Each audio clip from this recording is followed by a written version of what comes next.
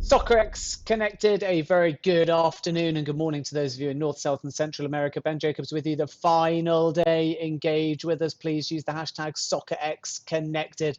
I've got a great prize as well to give out based on both your engagement and a specific task. Signed Antoine Griezmann Barcelona shirt.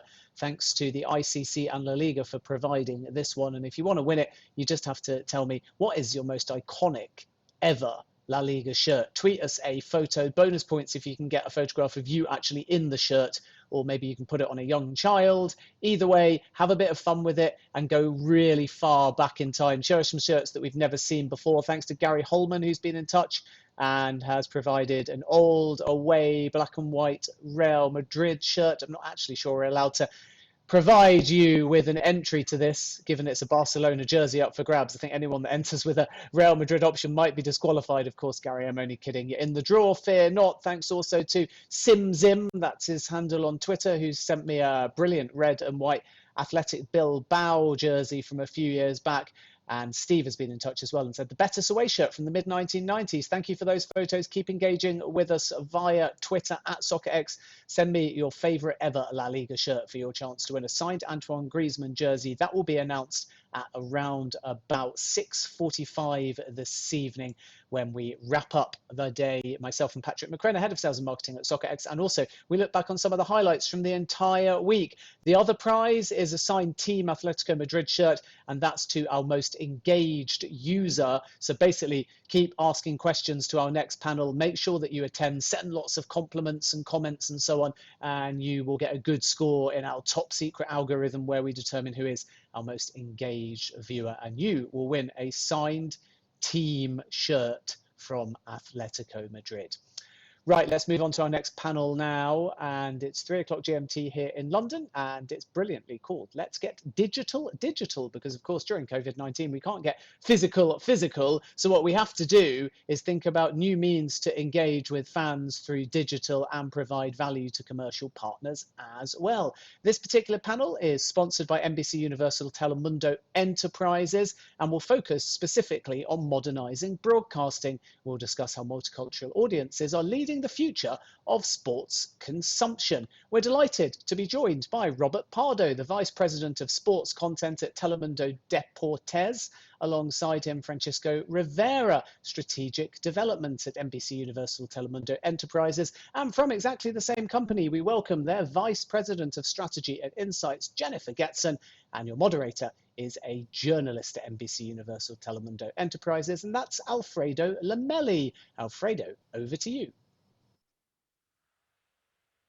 Thank you, Ben. Hello, good morning, good afternoon, good evening, depending on what part of the world. We are just absolutely happy to be part of this incredible Soccerex conference. We have some great panelists, as Ben just mentioned, here in Miami, Florida. We're lucky enough to get a little bit of everything. We have the love for soccer, but we have the technological advancements to really know how to gauge interactions with our viewers all over the world. So even though that introduction, Ben, was quite nice on our 3 expert panelists, I would love for them to go into the specifics of their position, which makes them the perfect panelists for this conference. And Jen, if we may start with you, por favor.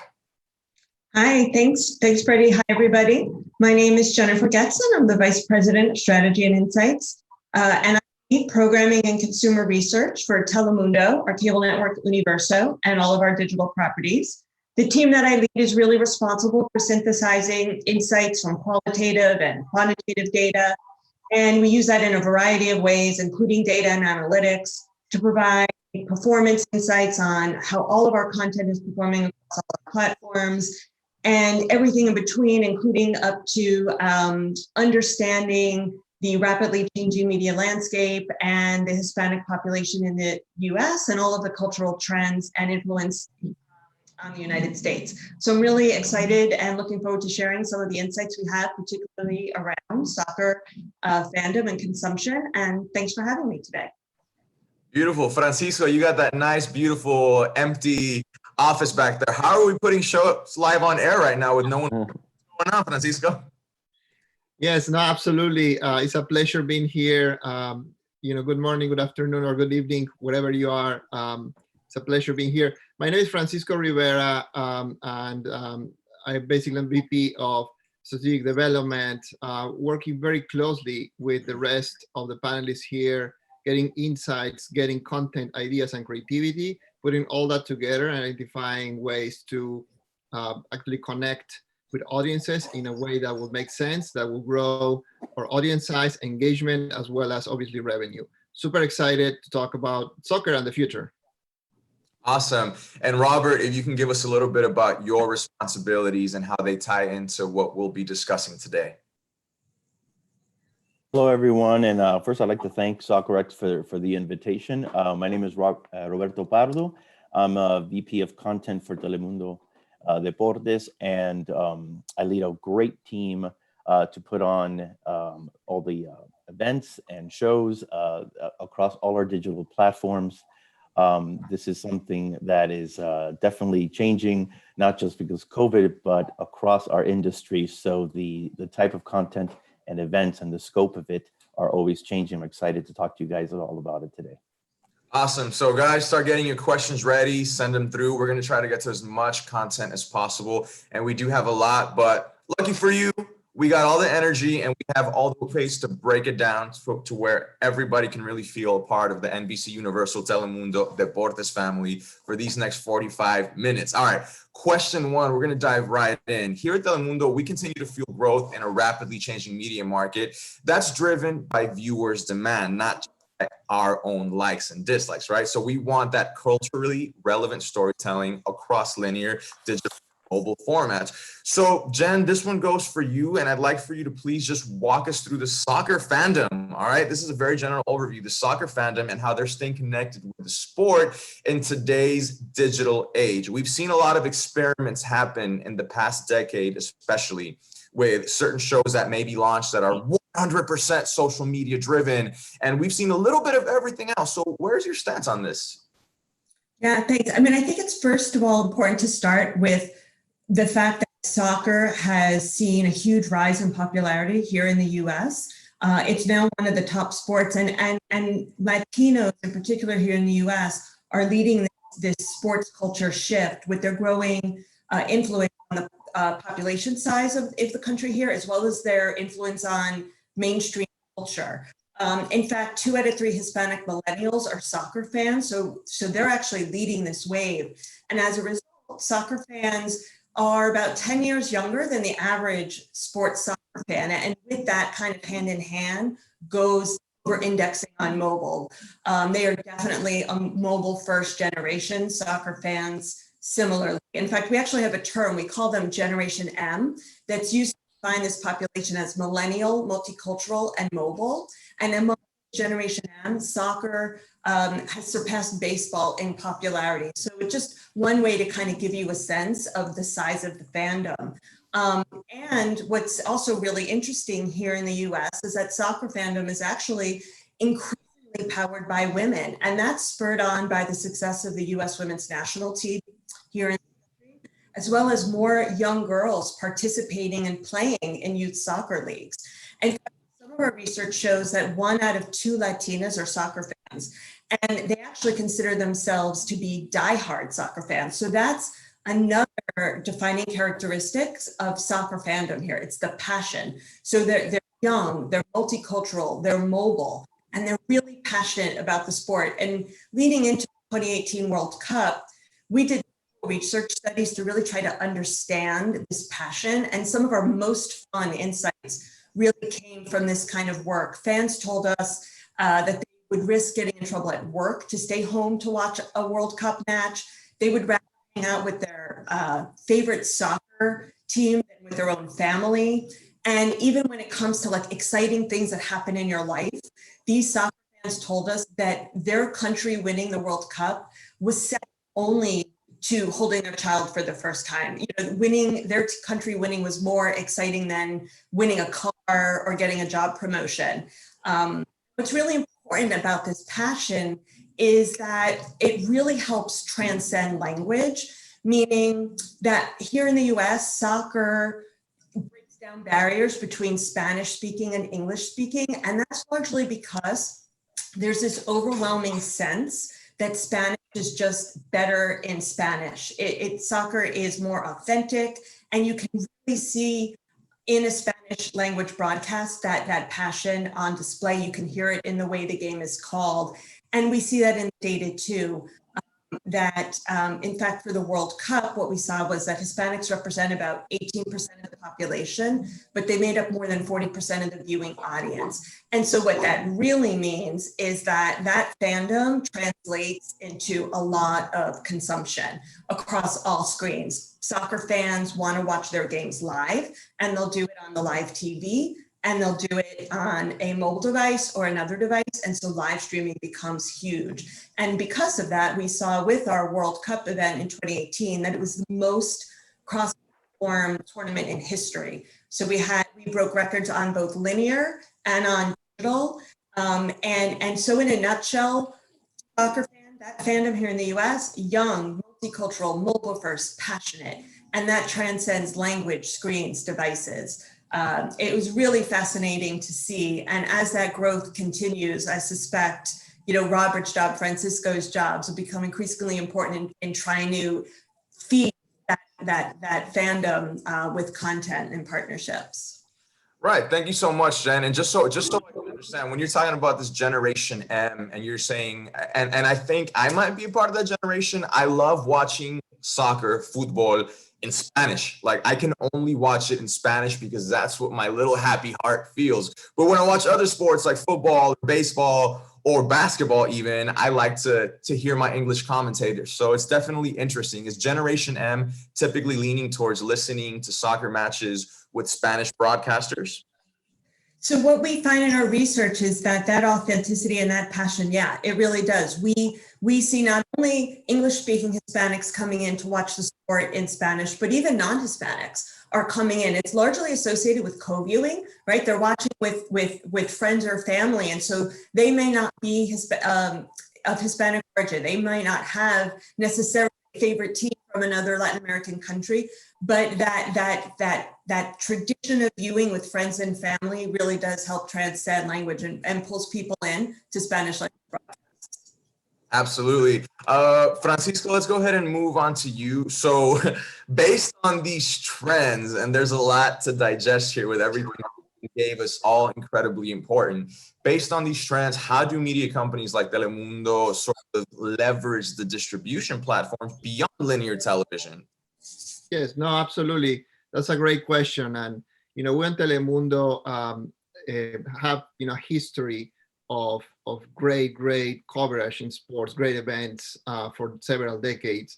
What we do is to work very closely with Jen and her team to understand what are the trends, where is the audiences, and then where is the growth? Where are those pockets that maybe are not seen and they're changing, and they're gonna basically generate the next touch point, a sticky touch point with our audience. As a result, our approach is always omnichannel, right? So we do have many different screens.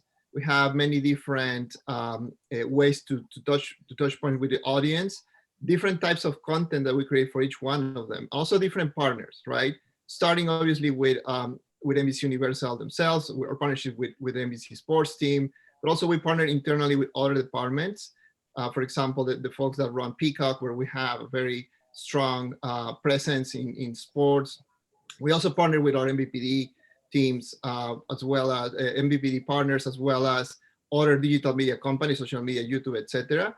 And we make sure that we listen to the audience, we listen to the partners, and we develop content that is customized for each one of those different audiences and platforms. And then we measure and iterate constantly. That's great. So Robert, looking at it now from that same content perspective, how do you define where and how our programming lives on these different platforms? You have a lot to choose from. You got YouTube, you got social media, you got linear TV, you got all these other things that are popping up. Well, I think, the what and where really depends on the opportunity, first and foremost, obviously from the media rights that you have to play with, right? And live streaming of our events and shows is our primary focus, obviously. And we have great events, whether they're Premier League, Chivas Guadalajara in Liga MX, the Women's World Cup, and even this summer with Olympic soccer.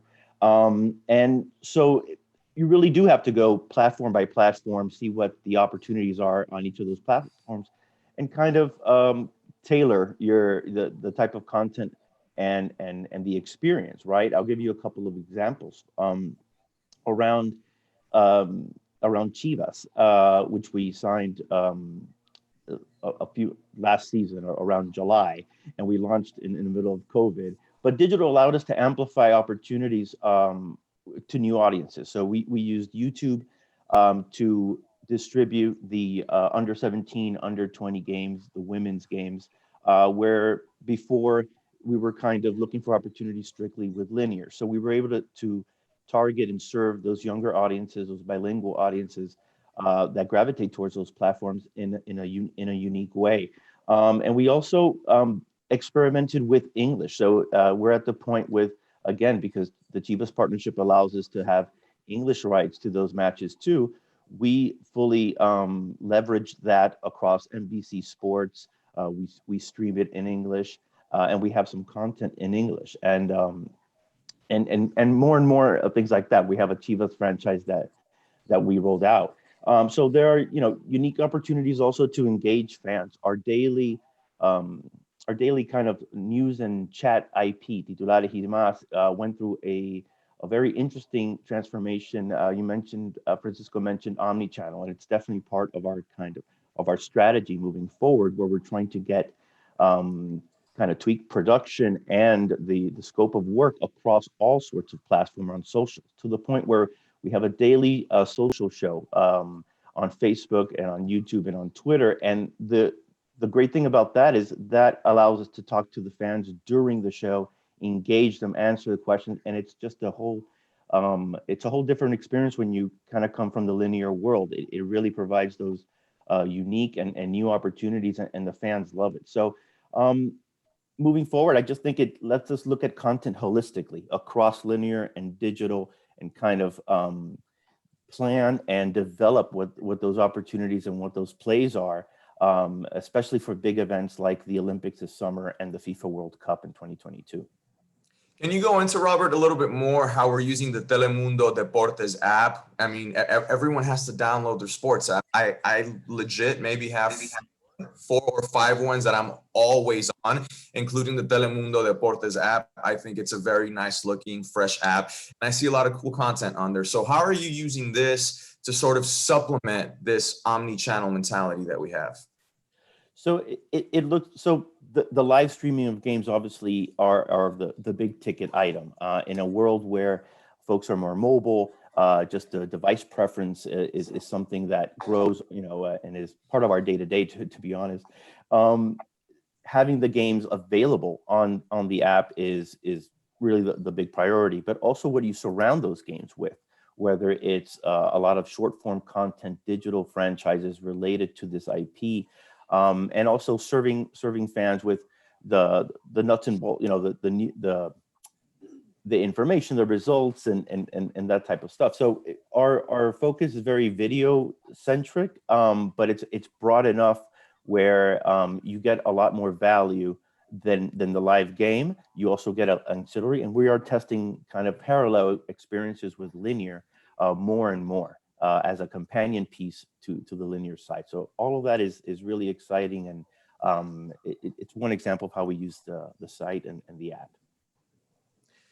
Right. So we have all of these brilliant ideas, and without a doubt, Telemundo at the top of the game. Now, how do we measure success? And Jen, I want to go to you on that question, because once upon a time you could say, oh, Nielsen TV ratings, this, and you just know, #1 sitcom, the highest rated Super Bowl in history. But right now, with so many different metrics for measuring that success, how does one go about it when you're saying this is a product, these are TV ratings, but then are you looking at what on the social media side, what on the digital side do you add to that growth success factor? Yeah, that's a great question.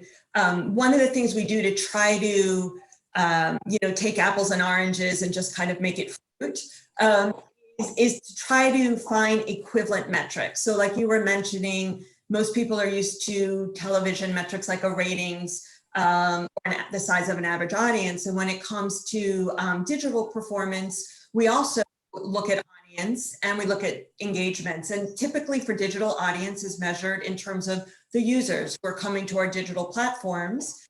And engagement is really the amount of time that users stay or connect and interact with our content. So it becomes increasingly important to measure all of this because the landscape continues to shift really quickly and people are gravitating towards these streaming platforms, and being able to understand the full view of this consumption is really important. We are seeing not only with our Deportes app, but also our Telemundo app that is more entertainment focused. We're seeing tremendous demand for streaming content, and we're seeing record-setting performances, on all of our apps. And so the challenge is there's no single currency in the marketplace for us to get a total delivery. So what we do is we focus on measuring the performance that hinges on something called total audience engagement, which really is a way to look at the complete audience across all our platforms. So what we do is we just basically come up with a recipe where we're taking for linear television, essentially a ratings-based approach and how many viewers are we reaching. And for digital, we're looking at the number of users who are coming into the platform and the minutes consumed. And for social, we're measuring all of the interactions with our content. And we put it all together, and it's not as simple as I'm saying, but we put it all together and we form this 360-degree view of our total audience and our total content engagement. And you mentioned, social in particular is really important for sports. It's a great way for fans to express their passion and their sense of identity. And during specific tournaments, we see how it can take over the social conversation. So making sure we include social in how we look at the overall view of our content is really important for us too, because it's a big driver of engagement. And one of the biggest places that I see our engagement, Jen, is on YouTube. I feel that our Telemundo Entertainment channel and our Telemundo Deportes channel both do very well on YouTube. What can you attribute to this? Because everyone's looking for that. Everyone, whether you're a blogger doing the latest challenge or a bona fide legacy brand such as NBCU, Comcast, Telemundo, we're doing very well in that sphere. So what went into creating that success for Telemundo on YouTube? Yeah, so I think I'm going to let Francisco talk a little bit more deeply about that in particular, but I will say this about YouTube is all of the research we have shows that is one of the most consumed digital platforms for Hispanics in particular, and Spanish-speaking Hispanics in particular. And we've done research that shows that the type of content that's on YouTube, the expansive nature of it, everything from clips to highly produced content to the user-generated content to like how-to tutorials. How do I change the oil in my car, right? All of that is really important and critical from an entertainment as well as like an educational and talking water cooler type buzz content, all really important for Hispanic content consumption and what drives a lot of the fans there. Francisco, I know that we'll probably circle back at some point to the YouTube talk, but would you mind following up on what I just asked Jen? We're doing really well on YouTube with Telemundo Deportes.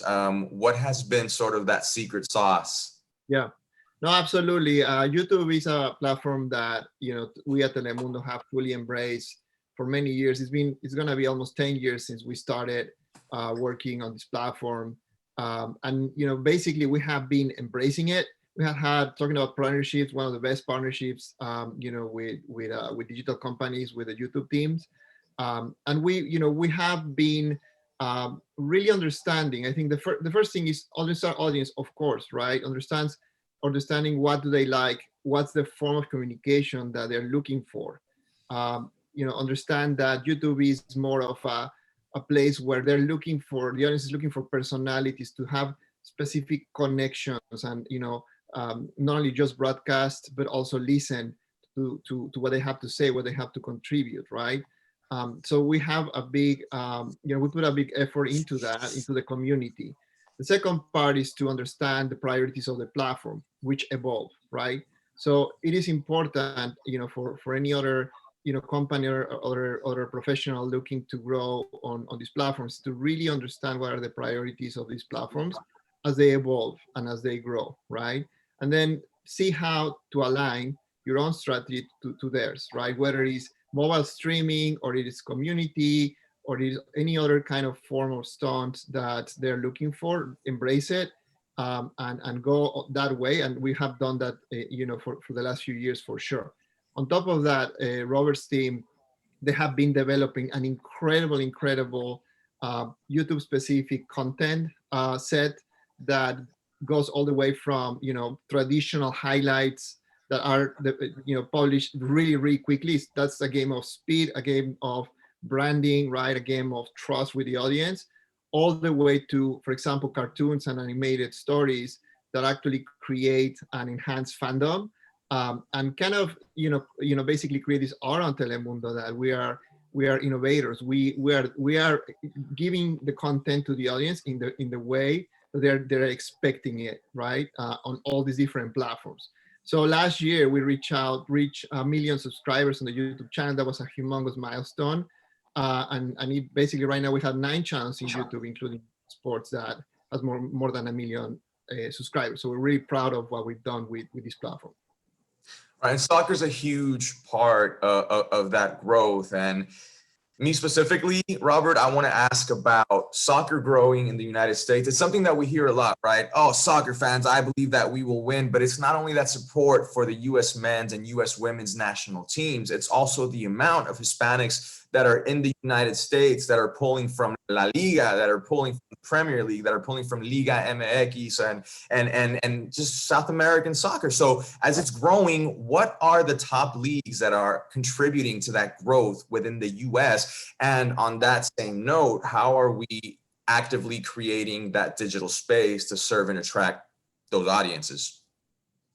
Well, I'd like to go back to answer that. I'd like to go back to the World Cup example, right? The World Cup kind of drives a lot of what the next cycle to the next World Cup is going to be. And we had such success with the Women's World Cup, and our team and our management were committed from day one to making that the most robust Women's World Cup that Telemundo had ever had. And we invested in a lot of stories and type of content that really connects with our audience. And it's not necessarily the X's and O's type of things, but the real storytelling, the real challenges, and to kind of set the scene kind of for what some of these fantastic athletes and professionals go through just to make it on stage. And that paid off in a very big way with the Women's World Cup. And soon after, we were just looking for immediate other opportunities to keep that cadence. And since then, like I said, we've had some experimentation with the Premier League, with the Super League women's tournament, where we've aired some games and we've had some coverage. Chivas allowed us to have that consistency. And when we go back to the U.S. audience in particular, the younger, bicultural, bilingual, or even English preferred, Chivas allowed us to kind of set in motion a full slate of the entire tournament, where we were always looking for, if not on TV, then on stream, and if not on stream, on YouTube, always just trying to serve that fan and create those spaces. And then we got to the point where, because we have this track record of and commitment to kind of the women's game, we started a digital franchise called Cambio de Juego, and it's a woman-centric, and it spans not just what's happening on the field, but what it's like and some of the issues and challenges of women, the women athletes and journalism and go through. And it's been very well received, and we get a lot of guests that normally we wouldn't get, because we're providing this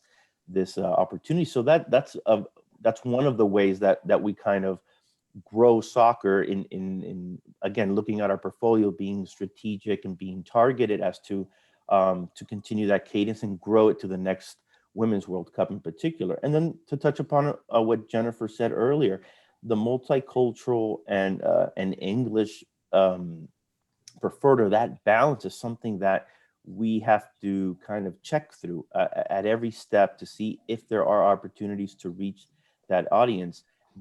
Soccer in particular, when it comes to World Cup qualifiers, Mexico, USA games, it's not, there's such an acceleration and a difference of demographics that language is not the only thing we have to, or Spanish language is not the only thing we have to focus on. We really have to look for ways to target both the core fan and the casual fan, because these big events are a magnet for all sorts of audiences. So we want to make sure we're ready.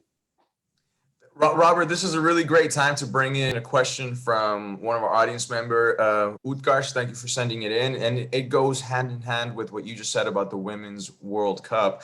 I feel like we'd be remiss not to mention that around the world, maybe women's sports, especially, you know, women's soccer, maybe it's still sort of in the eyes of the conventional pop culture viewer, it still might not be as exciting, to put it bluntly. We see that is a lie. We see that women's soccer is incredibly exciting.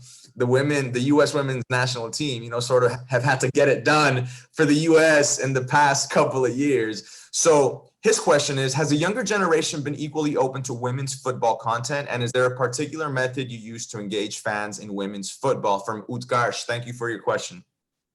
Sure. I mean, I think we have no better example than the frenzy that was the 2019 World Cup, and every game that Team USA played, and the parades and the celebration and kind of that cultural zeitgeist after they won. You couldn't escape it in the United States, and that was I think it went beyond kind of the United States winning. I think it was a real right time, right moment, where for many young people and all sorts across all sorts of demos, it was really an exciting time, something to be proud of. And again, we immediately saw the interest, not just reflected in our numbers and in our interest, but we immediately went to work to kind of how to keep that drumbeat going. So I think it goes beyond that initial success on the field. I think it was much more representative of what was going on in the country and in society, and you still see it today. I think it's only going to,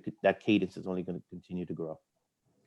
Let's talk about a space within the soccer industry that to more of the OGs might be a little newer. To those of us that have seen it coming for years because it was just our life, a big surprise. And Francisco, let's go to you. I'm talking about esports. You can't get away from it. I'm sorry. I don't know where you stand on it, but it's everywhere. It penetrates every part of our life. We have esports if we are a sportsman. So how are we creatively sort of covering these esports tournaments? And what is Telemundo Deportes' role going to be going forward? There's a lot of money and a lot of interaction and engagement when it comes to esports.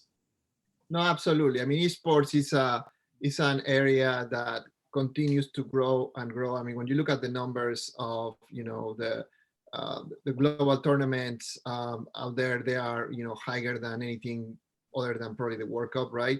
And the good news is that on the soccer world, right, all different organizations have really embraced esports. We at Telemundo have a long history of working testing this really exciting new world. About 4 years ago, we started with Rocket League, doing broadcasting actually live as well as on TV, tournaments, global tournaments, championships, which serve us as a learning platform, right, to do what we're doing right now, in which basically Telemundo Deportes, now we have both Telemundo and Twitch, YouTube and Twitch platforms, right, where we actually broadcast tournaments. We also have a network of gamers that we actually work with, and they actually stream. They're playing, they do tutorials, they engage with the audiences, all within the Telemundo umbrella. It's super exciting to see. Now, the growth will continue. There's no question about it, especially with the trends that we have seen from COVID last year. People are staying at home, they're trying to figure out what more things to do at home that are fun. Playing video games is super fun, But actually watching somebody playing really well a game like FIFA, is a lot of fun as well, right? So you're gonna continue to see growing fandom. You're gonna continue to see records being broken in terms of esports engagement. Now we have a new set of platforms that just have been released that are, billions of times faster than the first generation. It's amazing to see the computer power being thrown out there. It's very easy for people to stream their games, to create these their own audiences, and we're on the mix. We're always testing. I'm very excited about what we're doing in Twitch, and you're gonna see a lot more. You're gonna see a lot more on this area of the business from Telemundo. Yeah, incredibly exciting, Francisco. I have a question here for you, and this says, how do you plan to moving away from the esports, by the way, it's a question from an audience member. How do you plan to capitalize on the added and almost fair weather soccer fans that the 2026 World Cup will bring, and how do you plan to keep them? And obviously you see this coming, right? Canadá, Estados Unidos, Mexico. This is going to be something that the world has never seen before in terms of the World Cup. How do you address our question? No, it's a very exciting World Cup because, like you mentioned, I mean, it's the first time that it's hosted by 3 countries at the same time. And the 3 countries that have really engaged fans, soccer fans. They're going to be flooding, the stadiums, flooding, all screens and engaging, right? So we have a tremendous opportunity to basically leverage this great opportunity. Obviously, we're going to approach it, like I mentioned in the beginning, on an Omnichannel way, right? We're going to have very strong presence since this is our home. We're going to be able to do really creative work within the live events, the stadiums, the different fan events that will happen in the 3 countries. So you're going to see a lot of that. We're going to inject that with innovation and digital, right? Definitely leveraging our apps. There's going to be a lot of opportunities to basically target local different fandoms through our technology that we have been developing, right? You're going to see that. You're also going to see an evolution of our presence on the new platforms like YouTube, like TikTok, right? Like I mentioned, Twitch. You're going to see a lot of that happening as well. It's just to give perspective to people, right? Like if you think from now to 26, you're going to see explosive growth and change. And we're going to have to be working very closely with Jen's team to listen and see and understand what those trends happen. Every 10 years, the audience shifts and the preference shifts. So we're going to be seeing that. What we have right now is just the beginning. In 26, you're going to see new platforms are rising. You're going to see, for example, a lot of spatial computer, which really means right now smart speakers, for example, that track you around. They don't have really screens, but that you interact with them. We're going to embrace that. We have been doing that in partnership with Amazon and others, Apple and Google, right? You're going to see a lot of more interactivity with devices that that they haven't even been invented. We're going to be there. I mean, that's the way we operate at Telemundo Deportes. Great. This next question is for all 3 of you, all 3 of our experts, and our time is winding down. So I hope we can be as concise as possible to get to our last 2 questions, and also maybe allow for an additional question or 2 from the audience. And we have to just address, the elephant in the room. 2020 sucked. It was a really bad year for a lot of businesses and a lot of people. We're fortunate enough to be here right now, talking about our passion for the beautiful game and talking about ways in which our businesses can grow. Soccer was the first major sport that came back and gave us a little bit of that relief, right? Sports fans, we were going nuts. What were some of the specific challenges that we faced as a corporation in bringing that sporting environment back to our fans who needed it so much? And I want to start with you, Jen, if that's okay. Yeah, sure. Actually, from our perspective in the Insights department, one of our primary concerns was trying to understand, as sports started to come back, how the virus and COVID-related issues would have an impact on the viewing experience, like not having fans in the stands or not being able to co-view, with your family or friends due to social distancing. Would that actually depress viewing levels or engagement with sports once we started putting them back on our platforms. And what we found in our research was that excitement for live sports to come back surpassed any kind of issue that would have, related to the virus that would have driven down interest. And like Robert mentioned earlier, we launched Chivas coming out of, while still in the virus, and the audience responded. It was a little slow at first, but we had very good success with the Apertura tournament, and we're seeing that actually growing now into better ratings, better live streaming, more engagement with our Chivas content for Clausura. So from my angle, it was a little bit of a different view of how we were dealing with the virus, trying to make sure we understood what potentially could impact viewing, so that actually we could help Robert and the rest of the organization address any issues when it came to putting the content on the air. But what we found is just that excitement overall wasn't going to necessarily be an issue for putting in terms of blocking any viewing and interest in the games coming back.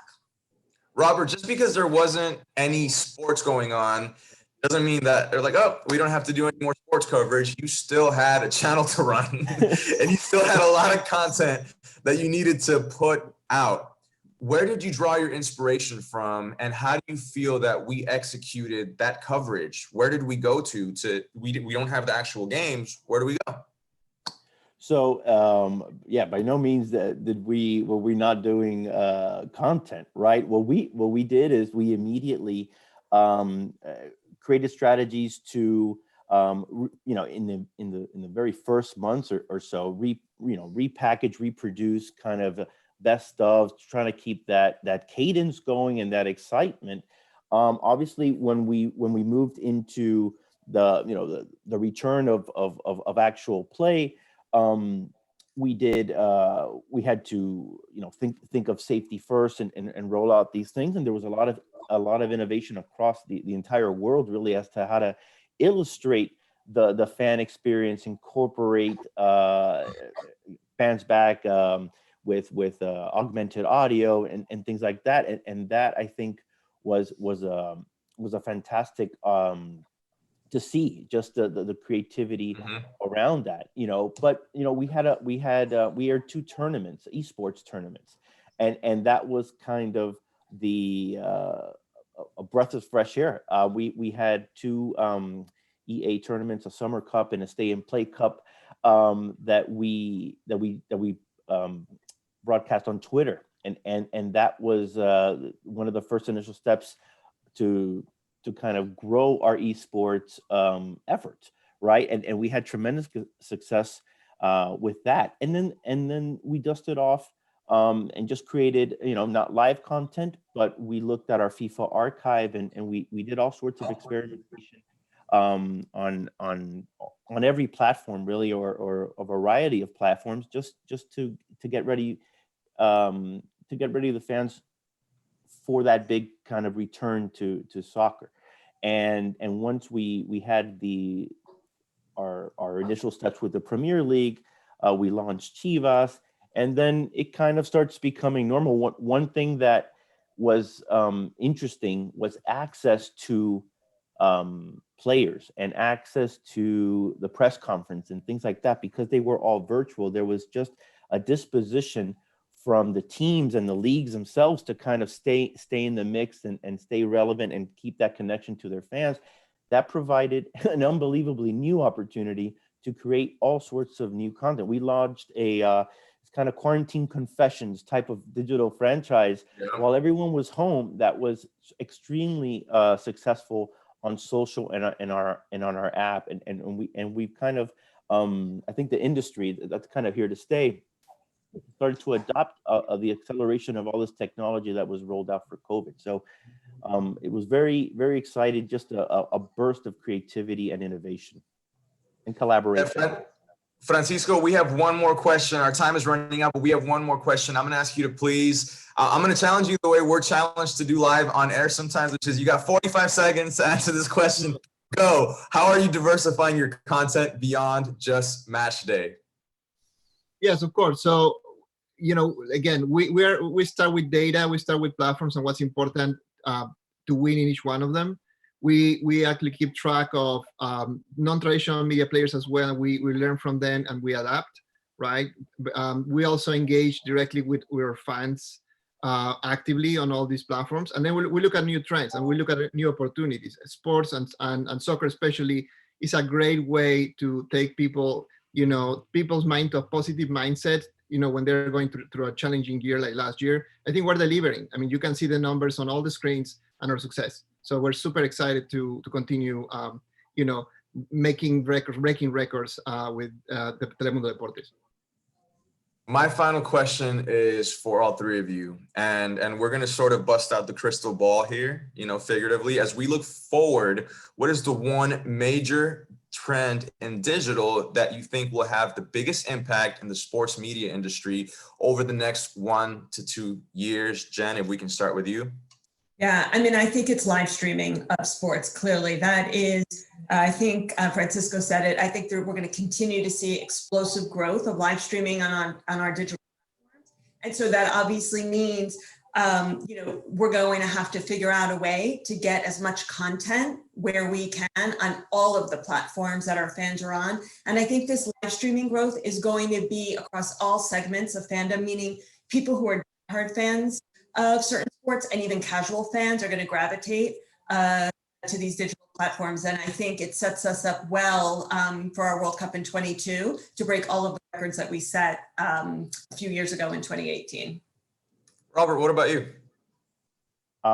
Streaming, right? There's such an explosion of live streams under different products and different business models. I think we're going to see a gravitation, especially for large sports rights, more and more into those platforms. I also think at the same time, as we as content creators take a look at the data and the type of audience that we're attracting and which of, and how each platform kind of brings a different experience, tailor making our content to each and every one of those, and working with Francisco and many others to distribute this to the most variety. But definitely streaming is the big thing. It's really revolutionizing our industry and the entire industry. What about you, Francisco? Anything maybe a little out of left field that we mentioned? I agree with streaming, but also I think it's important. Fantasy and betting. You're going to see growth in soccer. Generally, soccer hasn't been a big player on that, but you're going to see a lot of growth. Again, esports and spatial computing. You're going to get a lot of audio opportunities and other types of interaction via AR. So it's going to be fun.